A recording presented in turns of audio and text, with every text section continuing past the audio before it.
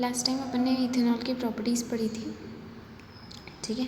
अब पढ़ते हैं येलो बॉक्स में इंपॉर्टेंट चीज़ लिखी कि how do alcohols affect living beings, वो लिविंग बींग्स को किस तरह से अफेक्ट करते हैं। जब बहुत ज़्यादा लार्ज क्वांटिटी इथेनॉल की ली जाती है, पी जाती है, it's tends to slow metabolic process and to depress the central nervous system. वो आपके मेटाबॉलिक प्रोसेस को स्लो कर देता है और आपके नर्वस सिस्टम को डिप्रेस कर देता है, ठीक है, सेंट्रल नर्वस सिस्टम को, उसको यानी कम कर देता है उसकी पावर को। This results in lack of coordination. तो जब आप वो कंज्यूम कर लेते हो, इसलिए आपको आपकी बॉडी जो है, नर्वस सिस्टम काम नहीं करता है प्रॉपर तरीके से, इसलिए आपकी बॉडी कोऑर्डिनेट नहीं कर पाती और आप ढंग से चल नहीं पाते हो सीधा सीधा। मेंटल कन्फ्यूजन रहता है, कुछ भी बोलते हो, ड्राउजीनेस यानी हल्का बहका बहका सा लगता है। Lowering of the normal inhibitions, जो नॉर्मल चीज़ें हैं वो उनको कर नहीं पाते हैं। एंड फाइनली स्टपर, और इसीलिए वो नशे में चले जाते हैं। The individual may feel relaxed without realizing that his sense of judgment, sense of timing and muscular coordination have been seriously impaired. तो अगर कभी मतलब कंज्यूम कर लिया जाए तो उससे रिलैक्स्ड फील होता है। क्यों? क्योंकि उसको कुछ भी जजमेंट करने का सेंस नहीं होता कि क्या कैसे जज किया जाए। सेंस ऑफ टाइमिंग नहीं होता कि किस टाइमिंग, मतलब मेरी बॉडी पहले कौन सा पैर रखेगी, फिर टाइमिंग कितने टाइम में चलेगा, तो ऐसे कुछ भी कोऑर्डिनेशन का, बिल्कुल टाइमिंग का, किसी चीज़ का सेंस नहीं रह जाता है उनको। और मस्कुलर कोऑर्डिनेशन बिल्कुल भी नहीं रहता बॉडी में, है ना, हैव बीन सीरियसली इम्पेयर, यानी वो गलत हो जाता है। Unlike ethanol, intake of methanol in very small quantities can cause death. Ethanol के अलावा अगर हम मिथेनॉल ले लें, उसको तो बहुत छोटी क्वांटिटी में ले लें, तो उससे तो डेथ ही हो सकती है। क्यों? क्योंकि मिथेनॉल जो है वो अपने लिवर में जाके ऑक्सीडाइज हो जाता है मिथेनॉल में, और मिथेनॉल जो है जो भी सेल्स होते हैं उनके साथ रिएक्ट कर देता है, और रिएक्ट करने के बाद जो भी प्रोटोप्लाज्म होते हैं उन्हें वो कोगुलेट कर देता है, यानी ख़राब कर देता है, जमा कर देता है वहाँ। तो इसी तरीके से अंडा भी कोगुलेट हो जाता है कुकिंग करने से, ठीक है। Methanol also affects the optic, तो वो प्रोटोप्लाज्मा किस तरह से कोगुलेट हो जाता है, जिस तरह से अपन अंडे को कुक करते हैं वो कोगुलेट हो जाता है, ठीक है, उसी तरह से। Methanol also affects the optic nerve causing blindness, तो ऑप्टिक नर्व्स आपके आईज़ में जो होता है उसे भी अफेक्ट करता है, और इसीलिए आपको ब्लाइंडनेस हो जाता है अगर आपने कंज्यूम कर लिया। इथेनॉल बहुत इंपॉर्टेंट इंडस्ट्रियल सॉल्वेंट की तरह काम करता है इंडस्ट्रीज़ में। To prevent the misuse of ethanol produced for industrial use, यानी जो भी इथेनॉल इंडस्ट्रीज़ के यूज़ के लिए बनाया जाता है उसको कोई मिसयूज़ ना करें, इसीलिए उसे पीने के लिए उसमें पॉइजनस सब्सटेंस जो है मिक्स किए जाते हैं, मिथेनॉल उसमें मिक्स किया जाता है ताकि उस इथेनॉल को कोई कंज्यूम ना करें। Dyes are also added to the colour of alcohol blue so that it can be identified easily. तो जो भी अल्कोहल होते हैं उनके में डाई भी ऐड किया जाता है जिससे कि वो इजीली पहचान में आ जाए, और इसे हम कहते हैं डीनेचर्ड अल्कोहल, यानी जिसके नेचर को हमने थोड़ा चेंज कर दिया, ठीक है। तो ध्यान रखना ये कंजम्पशन बहुत हार्मफुल होते हैं अपनी बॉडी के लिए। Now alcohol is a fuel. Sugarcane plants are one of the most efficient converters of sunlight into chemical energy. जहाँ भी गन्ने के पेड़ लगे होते हैं वो बहुत अच्छे सनलाइट को यूज़ करते हैं, उनको केमिकल एनर्जी में बदल देते हैं। शुगर केन जूस यानी गन्ने का रस जो होता है उससे क्या बनती है, मोलासेस यानी गुड़ बनता है, which is fermented to give alcohol ethanol, और उसको सड़ा करके जो है क्या बनाया जाता है, अल्कोहल बनाई जाती है। Some countries now use alcohol as an additive in petrol since it is a cleaner fuel which gives rise to only carbon dioxide and water on burning and sufficient air oxygen. कई countries तो alcohol का as a fuel यानी गाड़ियों में petrol की जगह भी इस्तेमाल करती है, या पेट्रोल के साथ मिक्स करके, क्योंकि ये बहुत ही अच्छा फ्यूल है। इससे सिर्फ एक ही टाइप की हार्मफुल गैस निकलती है जो कि होती है CO2। बाकी सारे फ्यूल से SO2, NO2 मैंने बताया था ये कल, तो ये सारी गैसेस भी निकलती है, इस वजह से इसको यूज़ करने लगे हैं काफ़ी कंट्रीज़ में। Now the properties of ethanoic acid. Ethanoic acid को कॉमनली क्या बोलते हैं, एसिटिक एसिड, जिसे CH3COOH बोला जाता है। And belongs to the group of acid. कौन से फंक्शनल ग्रुप से बिलोंग करता है, कार्बोक्सिलिक एसिड के फंक्शनल ग्रुप से बिलोंग करता है। 5 to 8% solution of acidic acid in water is called vinegar. अगर पानी में एसिड 5 से 8% तक एसिडिक एसिड अपन डालते हैं तो उसे हम विनेगर कहते हैं, और जो वही विनेगर जो अपन खाते हैं जो अचार में काम आता है। And is use widely as a preservative and pickles, जो कि अचार में एज अ प्रिजर्वेटिव यानी उस अचार को ज़्यादा समय तक चलाने के काम आता है। The melting point of pure ethanoic acid is 290 kelvin.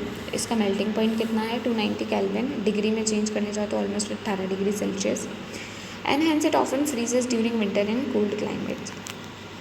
इसीलिए ये क्या है, जैसे सर्दी आती है तो उस मौसम में ये जम जाता है। This gave rise to its name glacial acetic acid. इसी वजह से इसको क्या नाम मिल रखा है? Glacial acetic acid. The group of organic compounds called carboxylic acids are obviously characterised by their acidic nature.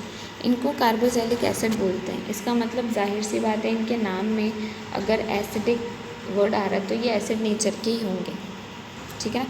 और जो मैंने अंडरलाइन किया वो भी आप अंडरलाइन कर लेना पूरा, विनेगर वाला कार्बोक्सिलिक एसिड ग्रुप से। तो अगर ये कार्बोक्सिलिक एसिड ग्रुप में आ रहा है इसका मतलब ये एसिड की प्रॉपर्टी शो करेंगे। However unlike mineral acids like HCl which are completely ionised, carboxylic acids are weak acids. अब जबकि हम दूसरे एसिड्स की बात करें जो हमने पढ़ रखे हैं, ये तो कार्बोक्सिलिक एसिड तो कार्बन के कंपाउंड्स में होता है, ठीक है, पर इसके अलावा भी तो काफ़ी सारे एसिड होते हैं, सल्फ्यूरिक एसिड, हाइड्रोक्लोरिक एसिड। तो यहाँ पे हाइड्रोक्लोरिक एसिड की बात की गई है, HCl। HCl आपको पता है वाटर में डालते हैं तो आयनाइज हो जाता है, यानी आयन्स में कन्वर्ट हो जाता है, H+ एंड Cl- में बदल जाता है, ठीक है।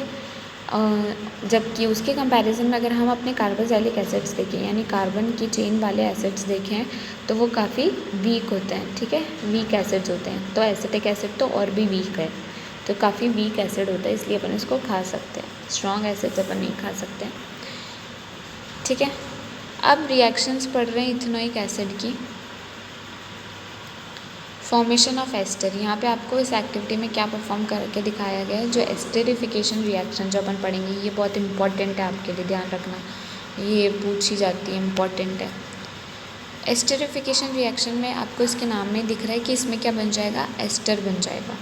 अब एस्टर्स क्या होते हैं? एस्टर्स वो कंपाउंड्स होते हैं जो एसिड और अल्कोहल के रिएक्शन से बनते हैं, ठीक है, जो यहाँ पे आपको फर्स्ट लाइन लिख के दी है। Esters are most commonly formed by the reaction of an acid and an alcohol. Ethanoic acid reacts with absolute ethanol in the presence of an acid catalyst to give an ester. Ethanoic acid reacts with absolute ethanol. तो ethanoic acid जो है वो किसके साथ react कर रहा है? Ethanol के साथ। किसके प्रेजेंस में? एसिड की प्रेजेंस में। और वहाँ एसिड किसकी तरह काम कर रहा है? कैटलिस्ट की तरह, ठीक है। वो रिएक्शन में पार्टिसिपेट नहीं करेगा, सिर्फ रिएक्शन को करवाने में मदद करेगा और हट जाएगा, ऐसा कैसा पड़ा रहेगा।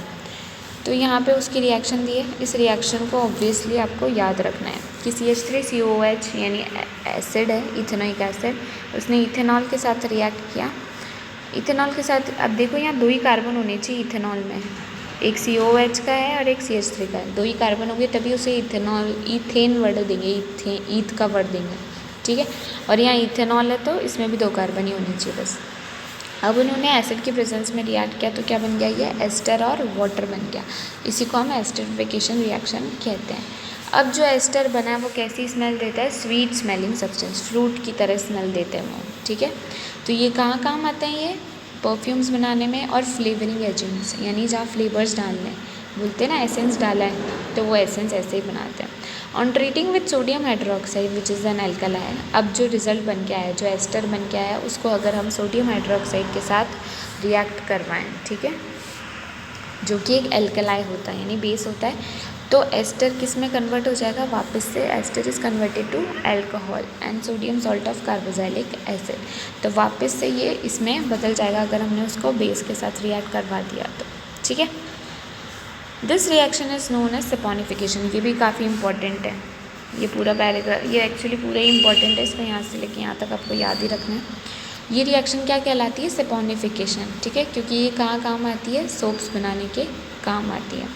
सोप्स क्या होते हैं? सोप्स वही होते हैं जो इसमें बन के आया है, that is sodium salt of carboxylic acid, तो वही सोप होते हैं, सोडियम या फिर potassium salts of long chain carboxylic acid, ठीक है। तो एस्टर से हम सोप्स बना सकते हैं इस तरह से। उसकी भी रिएक्शन नीचे दी हुई है कि CH3COOH2H5 यानी जो एस्टर है उसको बेस से रिएक्शन करवाया NaOH से, तो हमारे पास अल्कोहल और कार्बोक्सिलिक एसिड की सोडियम सॉल्ट की चेन मिल गई, ठीक है, जो कि सोप है हमारा, ठीक है। Now the next topic is reaction with a base. अब अगर हमने किसी बेस के साथ रिएक्ट करवाया, किसको, इथेनोइक एसिड, हम उसकी बात कर रहे हैं। तो यहाँ पे मैंने इथेनोइक एसिड लिया, उससे मैंने बेस के साथ रिएक्ट करवाया, मेरे पास सोडियम सॉल्ट बन गया, है ना, कार्बन की चेन का अगेन, और वाटर मिल गया, और इसे हम क्या बोलते हैं, सोडियम एसीटेट बोलते हैं, सोडियम एसीटेट कॉमनली, और वैसे केमिकली से सोडियम इथेनोएट बोलते हैं, ठीक है। ये दोनों चीज़ें आपको ध्यान रखनी है, ये तीनों रिएक्शन इंपॉर्टेंट है एक्चुअली, तो आप लोगों को ये पूरा ही ध्यान रखना है टॉपिक। तो बेस के साथ रिएक्शन होकर क्या बनता है पता चल गया, सोडियम इथेनोएट बनता है या फिर सोडियम एसीटेट।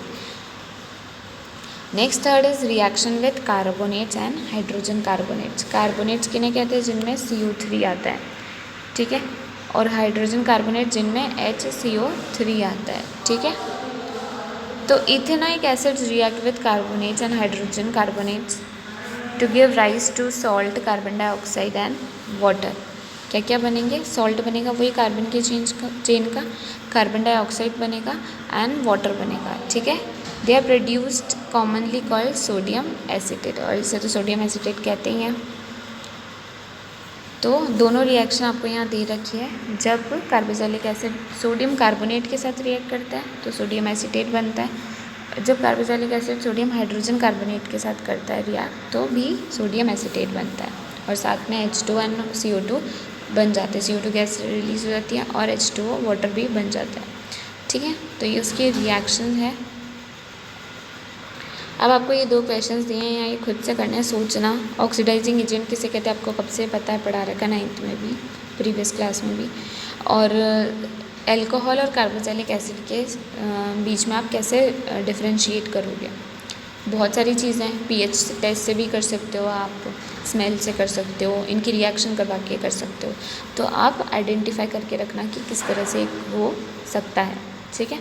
और जो नेक्स्ट टॉपिक है soap and detergent, that is your last topic, तो वो अपन पढ़ेंगे नेक्स्ट क्लास में, ठीक है। Thank you.